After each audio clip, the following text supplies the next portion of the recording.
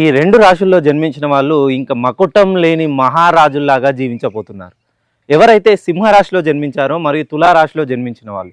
మీరు అనుకోవచ్చు, సార్ మేము సింహరాశిలో జన్మించాము, తులారాశిలో జన్మించాము, మాకు తినేదానికే తిండి లేదు, మేము ఏ వ్యాపారం చేసినా నష్టమే వాటిల్లుతుంది, మేము ఏ ఉద్యోగం చేసినా మాకు అనుకున్నంత స్థాయికి ఎదగలేకపోతున్నాం, మేము కష్టపడుతున్నాం కానీ ఆ కష్టానికి తగ్గట్టుగా ప్రతిఫలం లేదు.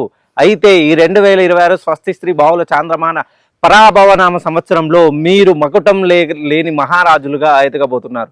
ఇది నిజమండి. మీరు సింహరాశిలో జన్మించారా? ఒక్కసారి మీ పేరులో 6 అక్షరాలు ఉన్నాయా, 8 అక్షరాలు ఉన్నాయా? అక్షరాల స్థానాన్ని బట్టి మీ జీవితంలో మార్పులు మొదలవుతాయి. మీరు తులారాశిలో జన్మించారా? మెయిన్గా తులారాశిలో స్వాతి నక్షత్రంలో జన్మించిన, విశాఖ నక్షత్రంలో జన్మించిన, చిత్తా నక్షత్రంలో జన్మించిన మీరు మకుటం లేని మహారాజులే. మీరు ఏ వ్యాపారం ప్రారంభించినా, ఏ ఉద్యోగం చేయాలనుకున్నా, విదేశాలకు వెళ్ళాలనుకున్నా, కోర్టు కేసుల్లో ఉన్న, ఆస్తి తగాదాల్లో ఉన్న, ఆరోగ్యపరమైనటువంటి సమస్యలతో ఉన్న, మీరిచ్చిన డబ్బులు మీకు తిరిగి రాకుండా ఇబ్బంది పెడుతున్నా కూడా ఒక్కసారి నన్ను పర్సనల్గా కలిసే ప్రయత్నం చేయండి. మిమ్మల్ని మకుటం లేని మహారాజులుగా తీర్చిదిద్దే బాధ్యత నాకొక్కసారి అందించండి.